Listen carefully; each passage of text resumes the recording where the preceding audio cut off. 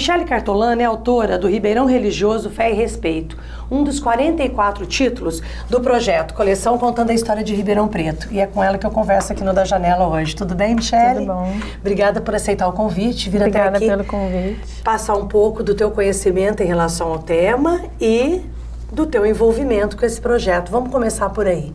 Como que você foi convidada para participar do projeto e por que o tema e como que você está se vendo, né? Nessa mistura de profissionais, porque você é historiadora, tem jornalista, tem músico. Como é que está sendo para você essa experiência? Bom, o projeto eu fui convidada por meio de um amigo, ele me indicou. Aí a Matilde, ela me deu 3 opções de temas, né? Um sobre os centros médicos em Ribeirão, sobre a política e sobre religião. Como eu fiz a minha monografia da pós-graduação sobre os embates entre o Espiritismo e a Igreja Católica, eu me senti mais confortável com a religião. Seria um assunto que eu já entrei e eu conseguiria talvez deslanchar mais do que os outros. E está sendo para mim muito interessante fazer esse projeto. Eu acho que no meio de tantos jornalistas, né, é uma das exceções, tem acho que mais 2 historiadores. Tem bastante, tem economista, tem músico, tá legal assim, né? Tá bem diversificado. E eu tô gostando demais porque é a primeira vez que eu tô fazendo um livro, eu como autora, né, individual, porque eu já participei de algumas coisas. E estou gostando muito, está sendo um desafio muito grande, muito mesmo, porque falar de todas as religiões que chegaram em Ribeirão e estão até hoje, eu fiquei, e agora, né? Como que eu vou fazer?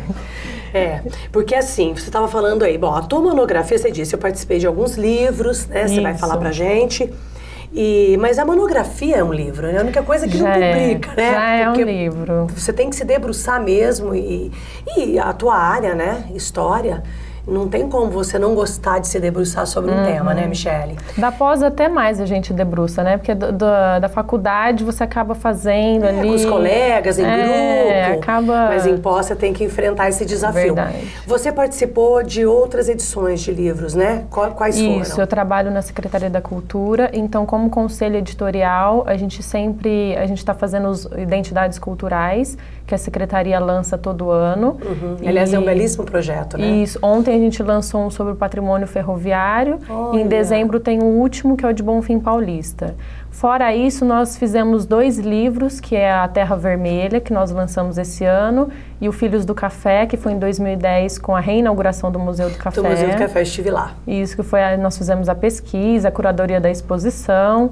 E quando eu fazia faculdade, eu era estagiária no arquivo, eu também participei da pesquisa do livro Ruas e Caminhos, que conta a história das ruas, dos nomes, né, das ruas de Ribeirão Preto. Então, assim, você transitou, né, no paralelo, mas você acompanhou esse processo, né?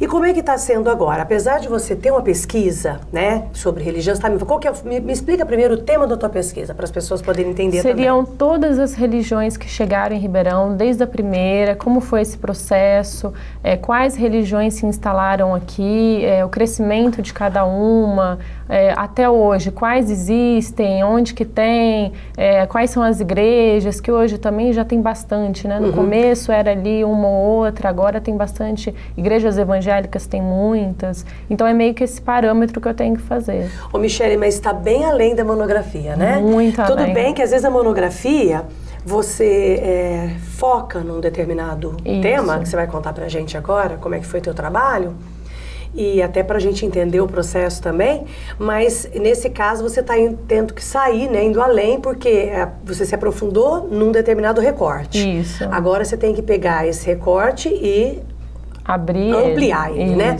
Fala um pouco da tua monografia. O que foi, por que a tua opção de fazer essa área na escola? Porque eu era estagiária também particular da Lilian Rosa, que era a coordenadora do curso, e o doutorado dela, ela estava falando também sobre Igreja Católica e Estado. E eu trabalhava para ela fazendo o levantamento desse material. Então, todas as manifestações contrárias à igreja, comunismo, maçonaria, o espiritismo, o protestantismo que estavam chegando, eu levantei esse material para ela. Você vai criando uma afinidade com o tema. Isso, fui criando uma afinidade e já tinha tudo pronto ali na minha mão. Ô, Michele, é uma coisa engraçada, né? Porque na hora que a gente fala assim, né? Fazendo uma provocação já pra você aqui. A Michele já tinha um determinado material, obviamente que ela ia, pro conforto dela, ela ia escolher o tema, natural, né? Mas quando você, né, eu já acho que isso daí é uma característica do historiador, acho que você pode me confirmar aqui. A história da leitura, de você se debruçar numa pesquisa, é muito complicado, né? A gente tem uma resistência, é igual fazer atividade física, né? É verdade. Até a endorfina começar a exigir do teu corpo isso, é difícil, é desafiador. Mas todas as pessoas que se debruçam sobre um tema ou começam a trabalhar com alguém num determinado tema, todo mundo diz que quando você busca a história, entender a história, é difícil não se apaixonar. É difícil. E aconteceu comigo na monografia isso, porque eu comecei pensando, vou falar sobre o embate entre o espiritismo e o catolicismo em Ribeirão. Porque até por eu ser espírita, eu tinha também essa outra documentação. Então eu tinha as duas documentações, as fontes todas que eu precisava, eu falei, é essa que eu vou fazer. Mas na hora que eu comecei a debruçar, eu falei, poxa, eu não posso só falar, aconteceu isso em Ribeirão, ponto final, entre os espíritas e os católicos. Eu preciso falar como que surgiu esse espiritismo, esse catolicismo, por que começaram a brigar lá atrás, França, Itália, para não chegar aqui, e aí, aqui assim, mas por que eles estavam nesse embate? Você estava querendo entender não só o efeito, você queria saber a causa disso tudo, que é o que a gente tem que sempre saber, né? Isso, então eu acabei, eu falava, ainda a Lília falava, calma, isso é só uma monografia, você faça isso no mestrado, no doutorado. Dá sequência, né? Então eu comecei, eu comprava livro e eu debulhava, eu falava assim, nossa, aí eu já queria fazer Allan Kardec, eu querendo fazer o espiritismo na França e o contexto europeu, Revolução Francesa, eu já estava assim, eu não, tem que voltar. Tem a história de que a gente se envolve, né? Aquele papo de que você, o jornalista, o historiador, ele tem que se distanciar do tema, vamos largar a mão disso, se quiser uma bobagem, né? Que nós somos humanos, né? Agora, o importante é você saber a dosagem disso, até que ponto que eu vou pôr o que eu acredito, né, baseado nos fatos, né? Eu acho que é isso que aí diferencia o historiador do jornalista. Mas me fala um pouco de você. Você deve ter sido batizada. Fui batizada. Né? Porque assim, o espiritismo, ele normalmente... eu não sei, quantos anos você tem? 28. É bem mais nova que eu, mas assim, no meu caso, né, não tinha jeito, era uma coisa meio automática, assim. Nascia, tem que ter madrinha de crisma e de batismo, tem que batizar, então assim, é uma coisa socialmente meio imposta, né? Mecânico, né? Isso, e né, aí o espiritismo a gente conhece jovem, porque aí você começa a questionar algumas condutas da religião que você frequenta ou conhece, né? E aí você diz assim, deixa eu conhecer outras coisas. Apesar de que o meu caso foi inverso. Na verdade, eu nasci num berço espírita. Sempre. Não tive outra religião, não sei outra. Eu sempre fui espírita. Você não foi batizada? Mas aí, por um erro de percurso, minha mãe me batizou. É o que você falou, na época é mecânico, a avó já fala, tem que batizar. É igual casamento, né? Tem que entrar na igreja de branco. Então, eu não fiz crisma, não fiz nada disso, só batizei. Mas sempre frequentei centro espírita, sempre. Então, então você tem uma raiz, né? Isso. E achei até interessante o projeto, não só a minha monografia, eu consegui entender muitas coisas do catolicismo, mas porque como eu só fui espírita, então eu tô tendo uma visão diferente das outras, né? Por exemplo, protestantismo, essas igrejas evangélicas, eu sempre tive dificuldade de saber como que surgiu, de onde que vieram, porque tem várias igrejas, cada uma com um nome. Então, esse projeto tá me dando essa possibilidade de entender a raiz de cada uma, né? Porque senão você ficaria só no espiritismo? Não, você se interessaria mais? Eu continuo só no espiritismo, mas eu gosto de conhecer as outras. Claro, isso daí que vai fazer a diferença de você. Pra gente ter opinião e falar, a gente precisa conhecer as outras coisas. E ter certeza que o que você está seguindo, né? Agora, o que te atrai no espiritismo especificamente, assim, da doutrina? Eu acho que a questão da fé raciocinada me atrai muito, a questão de tudo tudo tem muita explicação e tudo te provoca e te faz pensar muito, né? Te leva a pensar demais, não dá nada mastigado pra gente. Você tem que pensar isso, mas por que isso? Para e pensa. E outra coisa também, tudo é você. Não é assim, Deus quis, é assim... livre-arbítrio. Tudo é você. Você fez, você colhe, e então fica sobre a sua responsabilidade. Cada um faz por si. Tá. E a história de que, assim, o que é o grande, né, vamos dizer assim, o grande enigma, né, que eu acho que não é do espiritismo, é da vida, né? Que é a morte, né? Sim. E talvez o espiritismo seja a religião que tenha assumido mais abertamente, ó, existe vida após a morte. Isso. Talvez isso no começo tenha assustado bastante, mas hoje em dia parece que essa está sendo a força motriz, né? Ah, com certeza, porque as pessoas buscam isso, né? Porque eu acho que hoje em dia as pessoas ficam questionando, mas e aí, acabou? E então muita gente busca o espiritismo por isso, porque é uma questão, uma zona de conforto saber que existe, Exatamente, né? exatamente. Mas eu acho que muita gente acaba ficando muito só nessa zona de conforto e acaba não indo atrás, não estudando, assim, acaba pegando a parte do espiritismo que lhe convém, né? Ah, essa parte aqui é legal, quando eu morrer vai ser lindo, igual o filme Nosso Lar, tá tudo certo. E o que você achou do filme? Eu gostei, mas eu achei que ficou muito hollywoodiano, muito comercial. É. Eu gostei mais daquele filme do Chico Xavier sobre a vida dele. Eu achei mais Não, que aí é mais documental, né? É. Eu acho que a história do Chico Xavier, eles trazem Eu achei mais um documental, não sei, né? Eu achei mais bonito, eu achei que ficou muito comercial o Nosso Lar. Eu achei ótimo, porque é um primeiro contato para muitas pessoas com o Claro, é uma espiritismo. divulgação, né? É uma divulgação muito grande. Uma coisa que toda entidade, toda religião depende, que é o conhecimento através da mídia, né? Isso. E tinha até o preconceito, então, pelo jeito, o preconceito com relação a isso meio que está sendo superado. Inclusive, eu acabo falando isso na minha monografia, por que esses católicos se interessaram tanto pelo espiritismo naquela época, né? Porque a gente tem muito sincretismo religioso no Brasil, é impressionante. É um país, eu acho que um dos únicos que transita tão bem em todas as religiões. A pessoa vai lá, ela batiza, ela assiste a missa, mas ela vai no centro de Umbanda, ela vai tomar passe no centro espírita. É a questão dela se sentir confortável ali. No centro espírita eu tomo passe, é tão gostoso, mas na missa o padre fala tão bonito, e aí eu vou e acabo confessando. Então ela vai transitando, e naquela época, quando chega o espiritismo em Ribeirão, vem mais a questão das mesas mediúnicas, né, conversando com os espíritos. Então isso foi para as pessoas, assim, poder conversar com o ente que tinha perdido.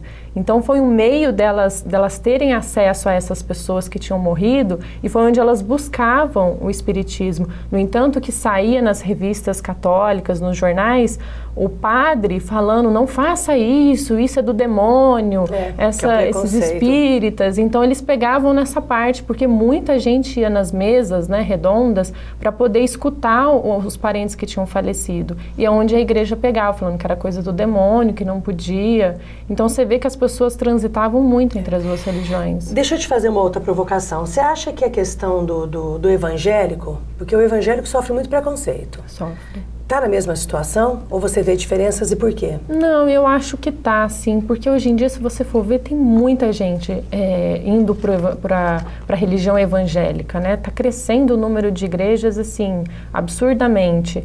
E eu acho que, de novo, a Igreja Católica está vendo, talvez está se vendo perdendo esses fiéis, né, para outras religiões. No entanto, que a Igreja Católica está sempre se reinventando, né? O que a gente pode fazer para chamar essas pessoas? A história do Padre Marcelo, tem uma longa história, e outros padres. Eles estão sempre se reinventando quando eles começam a perceber. Antigamente eram os espíritas, a maçonaria, eles combatiam muito, já estava começando ali o protestantismo. Eu acho que ainda hoje, acho que a Igreja Católica, a partir do momento que chegou aqui no Brasil, ela não, depois do começo, assim, logo quando ela veio, passou isso daí, república, ela já não estava mais num conforto, né? Porque aí começaram a pipocar várias religiões, e aí ela está sempre se reinventando, ela está sempre buscando trazer esses fiéis de volta, a todo momento. E eu acho que ainda hoje com as igrejas evangélicas. Eu acho assim, para mim tem um ponto da religiosidade, né? Porque eu sou católica, porque fui batizada, frequentei o espiritismo, então eu não tenho uma religião. Mas assim, eu acho que um ponto é quando a religião não se preocupa com a outra. Aplica o que ela acredita. A partir desse momento eu começo a confiar nela, porque enquanto ela está preocupada com o que o outro está fazendo, a gente tem que se desconfiar. Mas enfim, é um debate muito mais profundo, não é o que a gente vai fazer aqui agora. Michele, a gente vai fazer um intervalo rapidinho, a gente volta para voltar para o livro. É verdade. Tá bom? Obrigada.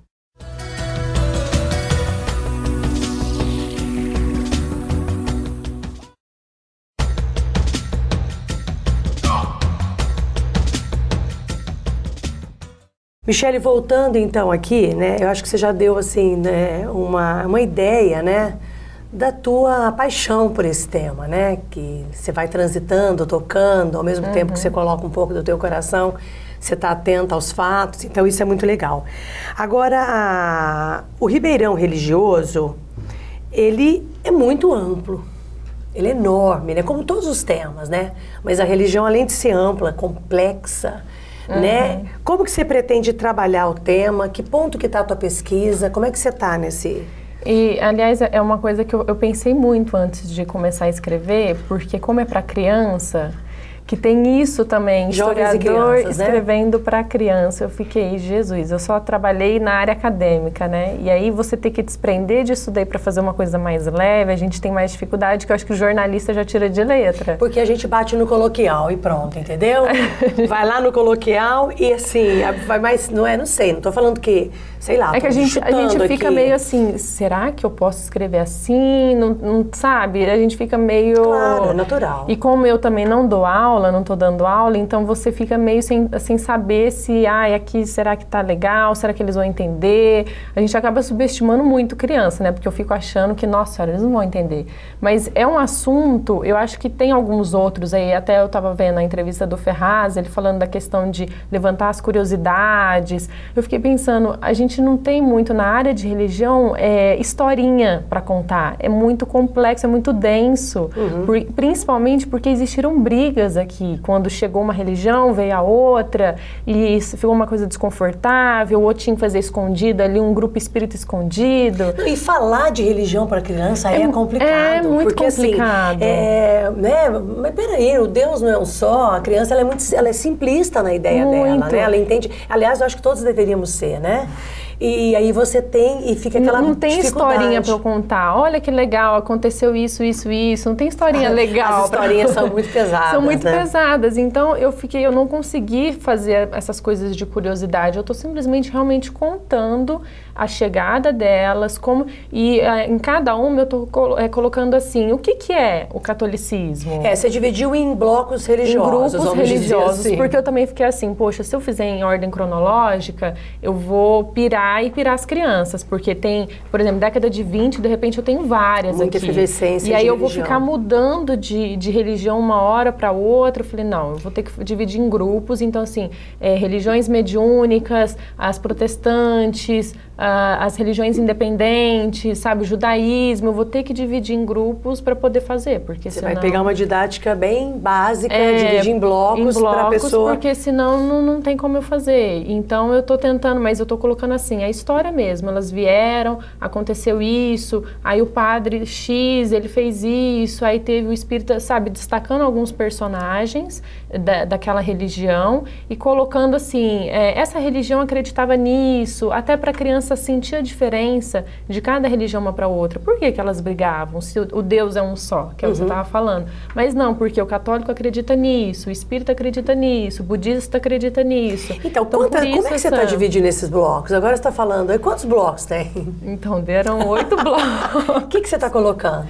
Eu dividi religiões mediúnicas em uma, a Igreja Católica eu deixei sozinha, o judaísmo eu tive que deixar sozinha, as protestantes são várias, porque tem batista, deixei também sozinha, as religiões independentes, aí eu pensei, bom... que são as independentes? O candomblé? Isso, aí tem também aquela Casa de Cristo, da década de 70, e aí eu coloquei, bom, e eu acho que durante a pesquisa, se eu achar mais alguma independente, eu vou colocando. Além da tua monografia que você se baseou, você começou com a história do doutorado da Lilian, e nós sabemos que tem o arquivo que sustenta, né, essas histórias todas contadas. Onde mais você buscou fontes assim? Você teve história oral? Não tive muita história oral, mas, por exemplo, na minha monografia foi basicamente o arquivo e um acervo particular desse Teodoro José Papa, que era um espírita aqui em Ribeirão. Agora, essas outras religiões, agora para o livro, a grande maioria são particulares. Estão com algumas pessoas que começaram aqui em Ribeirão. Eu já entrei em contato com várias, então tá tudo particular, não tem no arquivo isso. E aí você está conseguindo ter acesso. Isso, eu tô tendo acesso a essas pessoas. E eu estava até conversando com a Tânia aqui ontem, a gente gravou um programa também do livro, e uma das coisas que que a gente comentou foi o seguinte, o que não tem no arquivo vai ter com essa coleção. Vai, é verdade. Isso é um lado, né? Porque é um ganho muito grande. É, porque a gente comenta assim, ó, que é um projeto audacioso, acho que eu repeti isso aqui umas 1000 vezes, porque, né, apesar de ter o apoio da Lei Rouanet, né, e a FUNPEC e a Editora Coruja ter essa coragem, trabalhando juntas, nós sabemos que levar 44 títulos para as escolas não é brincadeira, né? E com profissionais envolvidos, imagens, pesquisa, então nós sabemos que muita gente vai precisar olhar com carinho para esse projeto, né? Os empresários, seja lá quem for, para dizer, nossa, olha, eu vou investir, porque é um investimento. É um investimento para a educação e é um investimento para a história, para o arquivo, porque tem muita coisa que a maioria de vocês estão buscando em particular e que vocês vão colocar nos exemplares e esses exemplares vão estar... Então, assim, vocês vão estar também capturando história perdida. História perdida, que está guardada a 7 chaves. E quando a gente fala perdida, no sentido de estar sendo oferecida para o público, né? Porque assim, mas está na minha casa, muito mais bem guardada do que no arquivo, a gente não está falando disso. A gente está falando de vai dar visibilidade, disponibilizar, né? Disponibilizar. Ô, Michele, que pé que você está? Eu estou agora na questão, como eu juntei muitas religiões mediúnicas num grupo, eu estou nessa. Passei já o espiritismo, estou fazendo umbanda, que aliás eu tenho muita dificuldade, eu estou com dificuldade de achar a questão do bandismo, o candomblé, porque não tem muitas fontes, né? E onde você já foi buscar isso? Eu consegui um trabalho, tem um amigo que fez faculdade comigo, que ele falou alguma coisa sobre isso, ele me cedeu o trabalho dele. Tem um professor também que fez o doutorado, porque não tem muita coisa. Eles não registram muita coisa escrita deles. Tem Orumilá, né? O Orumilá também, que é um dos únicos tem lá, que a gente... né, o Paulo, a Neide, que são pessoas envolvidas. Que eles que eu pensei também, mas se você for pensar outros, e um professor que escreveu, é o Sérgio. O Sérgio, Revivências Negras, né? Que dele tem também estou usando, tem né? essas referências. E assim, o que se conta muito a história é que assim, a escravatura, essa época toda em Ribeirão, ela não foi uma força, assim, teve tudo, mas não teve um movimento cultural dos negros, na verdade, né? Então, estão pincelados e meio que perdidos, meio que perdidos, é muito estranho. A gente tem muita dificuldade de encontrar isso. Acho que o trabalho do Sérgio é muito importante, porque é um dos únicos que trouxe isso. Quando você vai falar de negro em Ribeirão, você sempre pensa no trabalho dele. Talvez ele seja o pioneiro desse processo, né? Sempre tem que ter um pioneiro e agora isso está ampliando aí com as pesquisas. Acho que até por ter sido uma coisa muito assim, não podia, o negro não podia, é uma coisa mais escondida, então não tem muita coisa escrita, você não acha muito registro. Você traz alguns nomes aqui, o Padre Euclides, por exemplo, né? É, claro, católico, né? Mas é um personagem que tem uma história, que transitou uma história um pouco fora dos padrões tradicionais, né? Ele deixou um legado bacana para Ribeirão, né? E ele teve um desentendimento, né, com o Dom Alberto, com o bispo da época, e até o Dom Alberto tirou ele de Ribeirão, ele foi para uma outra cidade, porque, na verdade, se você olhar naquela época, o padre era muito aquela questão assim, lá na igreja, bonitinho, fazendo tudo aquilo, mas o Padre Euclides, eu acho que ele era quase uma coisa no mais... céu, né? O padre quase no céu, isso, intermediando entre ele e Deus ali, né, tava... O diálogo era só com ele passava do jeito que ele queria. O Padre Euclides não, ele já era mais humano, né, ele já trabalhava mais com as pessoas, ele fazia ali aquele trabalho, você está precisando? Eu vou te ajudar. não, mas não interessa, isso você precisa, é uma coisa mais humana. E aí se você pegar aí os dois legados dele em Ribeirão, que é a biblioteca e o asilo, você entende bastante a profundidade dessa relação humana que ele tinha, né? Porque esses dois legados são... dá para explicar a identidade dele, bem né? para assim, deixar alguma coisa para a cidade, né? Para a população.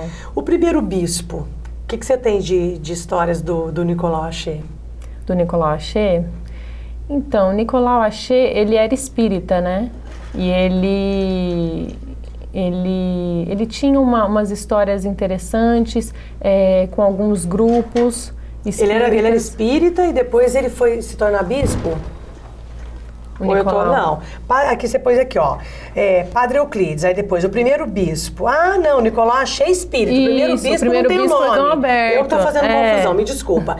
O primeiro bispo Foi Dom Alberto. Dom Alberto, Aí o tá. Nicolau Achei, ele era espírita. Que era o espírita, Isso. tá. Ele então, tá, desculpa a confusão. ele tá num grupo de um dos primeiros espíritas que teve aqui, porque faziam vários grupos, né, de pessoas. Ele é um dos pioneiros. Um dos pioneiros também, porque não tinha, eles não começavam direto com centros espíritas, né? Eles faziam pequenos grupos que iam crescendo, crescendo e depois se tornando centros espíritas. O Nicolau Achei é um dos pioneiros também, no começo do século. Tá. O pastor Bartolomeu... Ele era da igreja, não lembro agora se protestante. Eu tô te perguntando porque esses nomes devem estar aqui por um significado de relacionamento direto. Por exemplo, um espírita, o bispo é o da igreja católica, né? O padre Euclides que está aqui, eu acho que é até porque por conta do legado dele. Aí que deixou para Ribeirão. Padre João. O Padre João qual é? O Padre João, ele tem um trabalho com os presidiários, até hoje. Não é o Ripoli, não. É o Ripoli? O Padre João Ripoli a gente conhece, é uma pessoa também na linha do Padre Euclides. Isso, né? No Parque Ribeirão, né? Isso, que aliás eu não conhecia, foi interessante porque eu conheci esse Padre João nesse trabalho. Mas deixa eu te confessar porque que eu conheço ele. Porque ele foi padre na minha cidade quando eu era pequenininha. E aí eu ia na igreja, eu conheci, mas depois eu conheci o trabalho, a gente fez um biográfico dele aqui. Ele tem um trabalho social maravilhoso ali no Parque Ribeirão, né?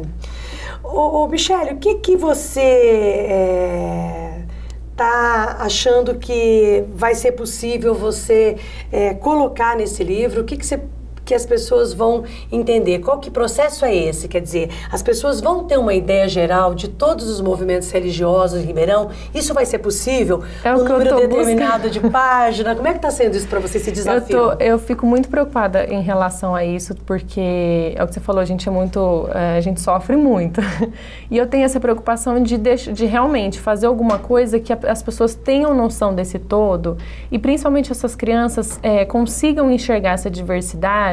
Eu acho que até elas se enxergarem, né? Porque cada uma tem uma religião. Claro. E aí ela vai e conhece isso, aí ela vai e conhece a da coleguinha, que é testemunha de Jeová. Mas eu tive essa sensibilidade, eu falei, eu preciso colocar o que cada religião acredita. Eu não posso simplesmente falar como ela chegou e quem foi o pioneiro e ponto final, porque o que difere delas, né? Eu acho que isso para a criança, até para o entendimento delas, por que ela faz isso e a minha não faz isso? Então eu acho que tem que ter esse entendimento. Então eu tive essa preocupação de colocar em cada uma pequena, bem breve também, porque não dá para eu ficar para aprofundar, mas pelo menos para elas entenderem essa diversidade entre cada uma. É isso que eu espero conseguir até os dias atuais. E um bom editor para te ajudar nesse desafio de cortar. Com certeza, de cortar tudo. Obrigada, viu, Michele? Obrigada por ter vindo, parabéns pelo trabalho. Obrigada pelo depois convite. A gente quer ver esses livros publicados para a gente poder saber que ficou em um legado de contribuição, e o bacana é que você está fazendo parte. Com certeza. Obrigada. Obrigada. Viu?